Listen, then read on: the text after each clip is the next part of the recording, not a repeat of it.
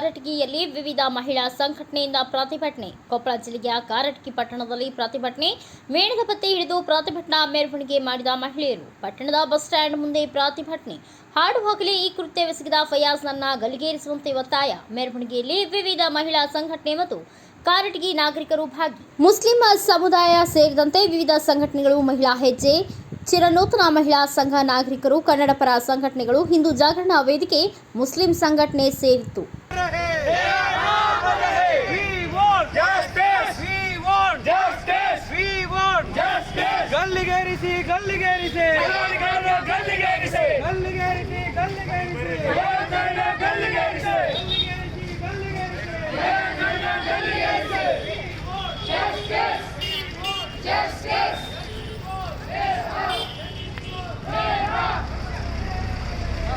ಜೀವಕ್ಕೆ ಎಷ್ಟು ನಮ್ಮ ಅನ್ಯಾಯ ಆಗಿದೆ ಅನ್ನೋದನ್ನ ಇಡೀ ನಮ್ಮ ಸರ್ಕಾರ ನೋಡ್ತಾ ಇದೆ. ಆದರೆ ಅವನಿಗೆ ಆದಷ್ಟು ಬೇಗ ಮರಣದಂಡನೆ ಶಿಕ್ಷೆ ಆದರೆ ಬಹಳಷ್ಟು ಒಳ್ಳೆಯದು ಅಂತ ನಾವು ಅಂದ್ಕೊಂಡಿದ್ದೀವಿ.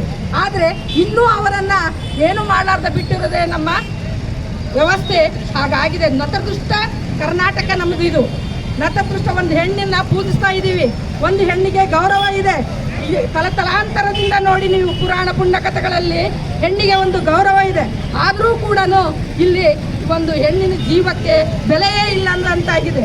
ಇನ್ನುವರೆಗೂ ಕೂಡ ಈ ನೇಹ ತಿರುಗಿ ಸಾವನ್ನಪ್ಪಿ ಕೆಲವು ದಿನಗಳಾದರೂ ಕೂಡ ಯಾವುದೇ ಶಿಕ್ಷೆ ಕೊಡಲಾರ್ದ ಇದೆ.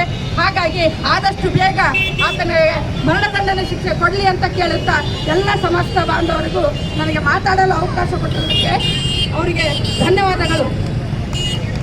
We want justice. We want justice. ಬೇಕೇ ಬೇಕು.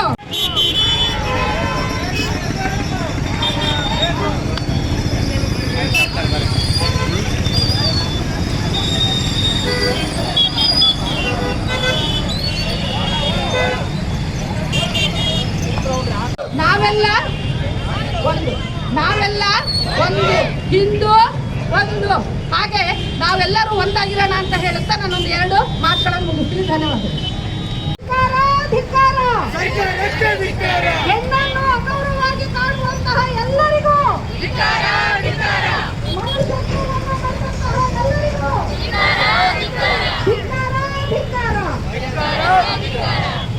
ನಾನು ಇವತ್ತು ಈ ಮೂಲಕ ಎಲ್ಲರಲ್ಲಿಯೂ ಪ್ರಾರ್ಥನೆ ಮಾಡ್ಕೋತೇನೆ. ಇಂತಹ ಪ್ರತಿಭಟನೆಗಳು ಇನ್ನು ನಮ್ಮ ದೇಶದಲ್ಲಿ, ನಮ್ಮ ಪ್ರದೇಶಗಳಲ್ಲಿ ನಡೆಯೇ ಇರುವ ಹಾಗೆ ನಾವೆಲ್ಲರೂ ಜಾಗೃತವಾಗಿರೋಣ. ಇಂತಹ ಪ್ರತಿಭಟನೆಗಳಿಗೆ ಕೊನೆ ಹಾಡೋಣ ಅಂತ ಹೇಳಿ ಆಶಿಸ್ತಾ, ಇಲ್ಲಿ ಮಹಿಳಾ ಪುರುಷರು ಜಾತಿ ಧರ್ಮ ಯಾವುದನ್ನು ಲೆಕ್ಕಿಸದೆ ಎಲ್ಲರೂ ಈ ಪ್ರತಿಭಟನೆಯಲ್ಲಿ ಭಾಗವಹಿಸಿಲ್ಲ. ಹಿಂದೂ ಕ್ರಿಶ್ಚಿಯನ್ರು ಎಲ್ಲರೂ ಬಂದಿದ್ದಾರೆ. ಅವರೆಲ್ಲರಿಗೂ ನಾನು ಹೃದಯಪೂರ್ವಕವಾಗಿ ವಂದಿಸ್ತೇನೆ ಮತ್ತು ತಮ್ಮಲ್ಲಿ ಕಳಕಳಿಯಿಂದ ಕೇಳಿಕೊಳ್ಳೋದಿಷ್ಟೇ, ಇಂತಹ ನೇಹ ಇರುವಂತಹ ಒಂದು ಘಟನೆ ಎಲ್ಲೆಲ್ಲೂ ನಡೆದಿರುವ ಹಾಗೆ ನೋಡುವಂತಹ ಜವಾಬ್ದಾರಿ ನಮ್ಮ ಮೇಲಿದೆ. ಅದನ್ನು ಪಾಲಿಸೋಣ ಅಂತ ಹೇಳ್ತಾ ಧನ್ಯವಾದಗಳನ್ನು. ನಾವು ಬಂದಿರೋದು ಒಂದು ನ್ಯಾಯದ ಪರವಾಗಿ ಬಂದಿದ್ದೀವಿ.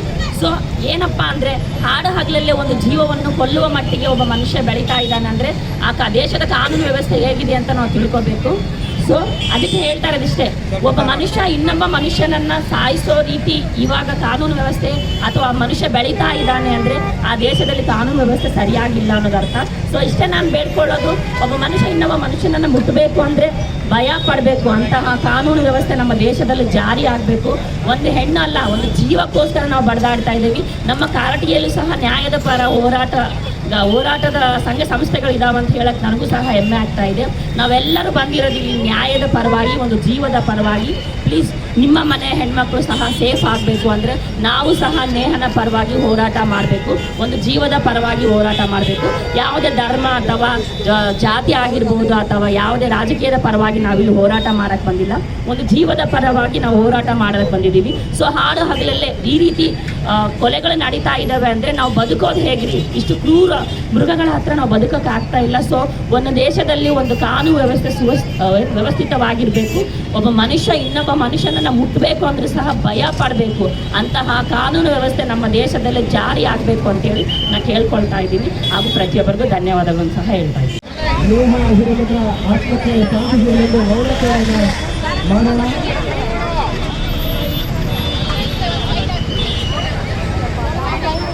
ಇದೇ ಸರ್ಕಲ್ ಅಲ್ಲಿ ಈ ಕಡೆ ಸರ್ಕಲ್ ಇರ್ತದೆ, ಈ ಕಡೆ ಸರ್ಕಲ್ ಇರ್ತದೆ ಎಲ್ಲರೂ ಕೂಡ ಒಂದು ಸಾಲಲ್ಲಿ ಇರ್ತದೆ.